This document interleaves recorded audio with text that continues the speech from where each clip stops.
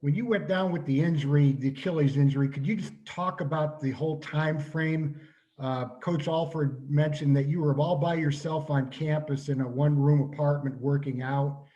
And could you just talk about the entire process and if you thought that your season might get lost or might get really abbreviated? Now, I know that's a lot to talk about, but there it is. No, yeah, I mean, of course, when it happened, I um, wasn't excited about that. Of course, definitely didn't was unexpected circumstance that happened. But I had some good people around me, and of course, with COVID happening, it was a big deal that um, none of us kind of could predict at that time. So I just had to be disciplined and do everything that I was told to do by the trainers and the staff here to in order to get right. So I worked hard in my apartment and woke up every morning and did my training, did my treatment. After a while, I was able to go to the James Crane facility and do treatment there.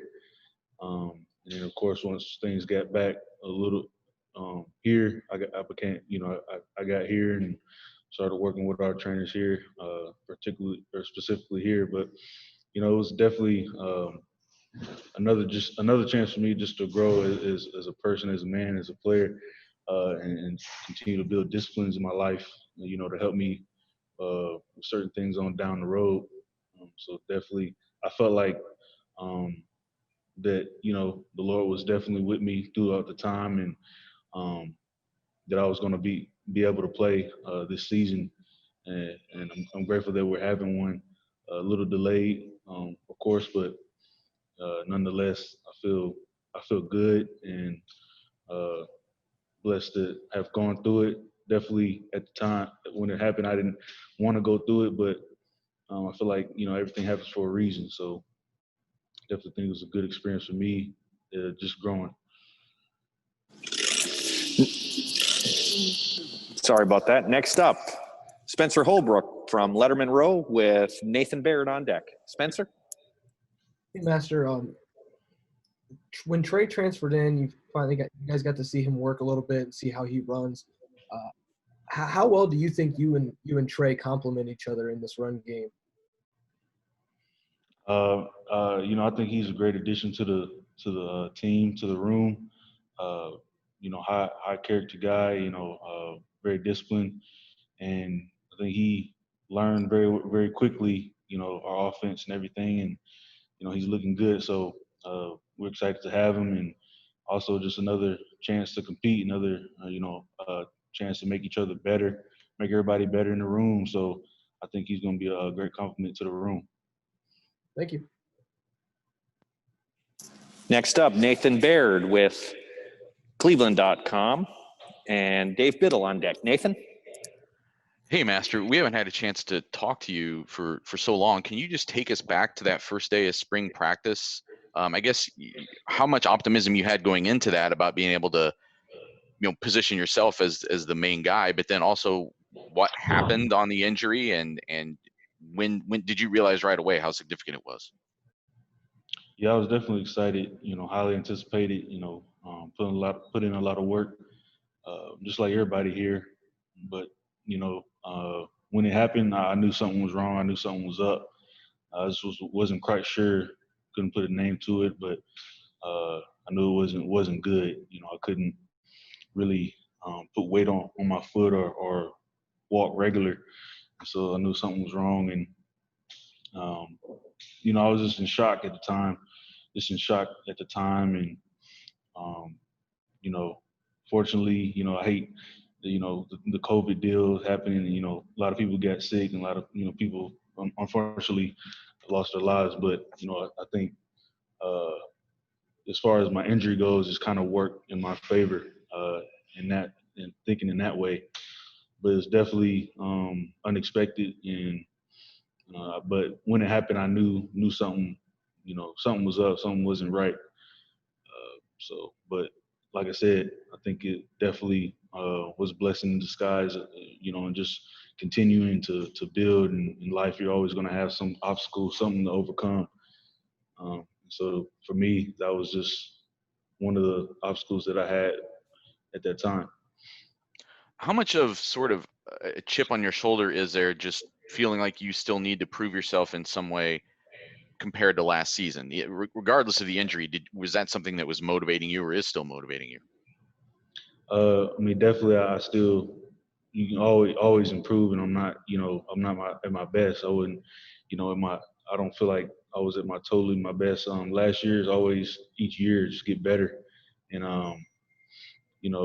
just continue to prove, just to my teammates, to this university, to myself that I'm my capabilities, are elite, and just ultimately, my ultimate motivation though is just to serve the Lord and what I do. And of course, I'm not perfect. Nobody's perfect, but I just give Him thanks for positioning me where He's positioned me. I just want to be a good steward of that, and do my best in that for His glory. So that's kind of my take. Next up, Dave Biddle with 24/7 Sports and Brendan Gulick on deck. Dave? Thanks, Jerry. Hi, Master. You got a chance to play a lot last year, Master, as JK's backup. You put up pretty good stats, especially for a backup. Just as you reflect on your redshirt freshman season, what comes to mind? I think one thing that comes to mind, it was definitely a great experience. I think it was good to see, an elite back ahead of me, how he worked, how he studied the game, and how he just came to work every day. Good example for me. But definitely, I think this year I feel like I'm a way better player. Gonna be a way better player, and I think because also last year I didn't feel like I had a good enough. I wasn't my full self as a running back. I don't think, even though I did decent. I didn't get the agility that I would like to have gotten in the off seasons, and because I dealt with some things during that time too, as far as my body. But with this injury, I feel like I've been able to just rebuild myself in a different way, and I think it's going to work out great for me this year. That's interesting. I mean, especially coming off the injury, you feel like you're way better. Can you expound on why you feel like you're way better? Just like I said, I was able to kind of not totally restart, but add some things into my regimen, into my preparation of having a season. And of course, there's still some little things you need to get used to, as we haven't really played football and had pads on, since a long time. So there's still some things physically, we still got to work on, building that toughness as a team and everything, and individually. So definitely that part will come, but ultimately I feel like I just feel better in my body and my body control and just every, mechanics of it. I think it has something to do with, just me being able to kind of, restart and rebuild from the injury. Yeah. Thank you. Next up, Brendan Gulick, Buckeyes Now on Sports Illustrated with Austin Ward on deck. Brendan? Hey, Master. Nice to talk to you. Hey, I think it's probably fair to say that we've kind of come to know that you're a pretty mature young man, and that you're certainly ingrained with your spirituality. And I'm curious if you can maybe give us a little bit of insight into this process, and if you're willing to share with us maybe some of the tough moments that you've had where you battle tough thoughts. Rehab's a tough thing to go through. You battle doubts. You wonder what the future looks like. Was there something that somebody said to you, or a defining moment for you that really helped you push through on a day that might have been pretty difficult? I guess, one of the struggles I had, and I think a lot of people maybe experienced during the time, was just, just kind of frustration of, you don't really know, what's ahead, and you don't really have a clear insight to where you're going. No direction in that way as far as, the season or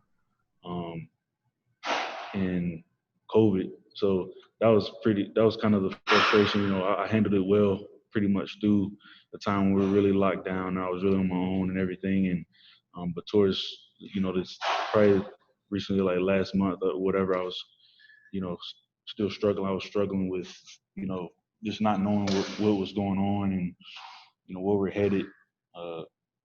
And I think, you know, I just had to really pray over that and ask the Lord to give me patience. And because ultimately, like I said, this is a gift. You know, being here at this university is definitely a blessing. But you know, my identity is ultimately in Christ, so that's where I find my satisfaction, ultimate satisfaction. And so I just had to pray for patience and make sure I had to align myself with you know the Lord and just trusting Him that He was gonna, you know, good. It's all gonna work out for the good, no matter which way it went. And just looking at it like that, in that way, kind of helped me, you know, get through some of those tough times. And how about your relationship with your dad? Because we saw him as one of the forefront figures as part of the parents group that was pushing for the season to be brought back. Can you tell us a little bit more about, you know, the relationship that you have with your dad? Yeah, definitely. You know, me and my dad, me and my family are really close. Like, you know, parents, you know, basically your biggest advocate, and you know, they fight for you. My dad, you know, definitely thought something was wrong with the situation going at hand. So, you know, he would, you know, if he thinks something is off, he's going to attack it. He's going to try to, you know, make it right. So it's definitely a good example for me as a young person, continue to grow into a man, and you know, really stand up for what is right, what is good, you know, what is praiseworthy. So I definitely appreciate, you know, my parents and my dad in that. Uh, like I say, yeah, you know, he was a big help as well. You know, I talk to them um, pretty much every day, and so definitely appreciative of my parents, my father.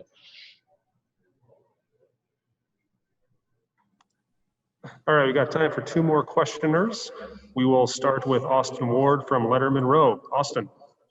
Hey, Master, I want to go back to something you said a little bit ago that maybe this wound up being a blessing for you to have the season move back a little bit. If the season had started on time on September 3rd or 5th or whichever schedule, how close to 100% would you have been, and how much do you think you could have played a month ago? No, I definitely think I definitely would have been good. I think would have been 100%. I meant the the earlier side of this. I think it was you know, I didn't miss spring practice, and you know, I kind of had more time in the summer, you know, to just get right and not really miss anything on the football side, because we were basically out. So I feel like I would have been ready to go, to be honest, if we would have started regular time. Because Coach Alford seemed like he wasn't quite willing to say Master is fully 100% even right now, or that he could do 60 or 70 plays. When you go through a practice and a week in pads, like, how do you feel? Do you have any mental, physical restrictions at all as you're testing, try and get back on that Achilles? No, like I said, I think nothing with the Achilles, but just getting used to playing ball again, playing ball in the physical aspect, because it's been so long. So I've been feeling good, no worries. All right, and the last questioner for Master is going to be Bill Rabinowitz from the Columbus Dispatch. Bill. Yeah, Master, you talked about kind of reshaping your body or changing your body. Were you trying to get more agile? Was that the biggest focus for you? I guess that's one of the things that I feel like I was missing a little bit last year. You know, not being able to participate fully in the summer, and spring trainings. So I was able to, you know, do more agility work and footwork, and uh, just different things, you know, balance and all that. So I definitely feel better, well-rounded in that aspect. of my game. So I feel good. Okay, and yeah, you put up some pretty good numbers last year as a backup, but I know the last game didn't go the way you wanted to. I think you had 9 yards and 7 carries. How much did that drive you, that Clemson game? That give you even more motivation to prove that you can be a J.K. Dobbins, a Zeke Elliott, all those, another great Ohio State running back?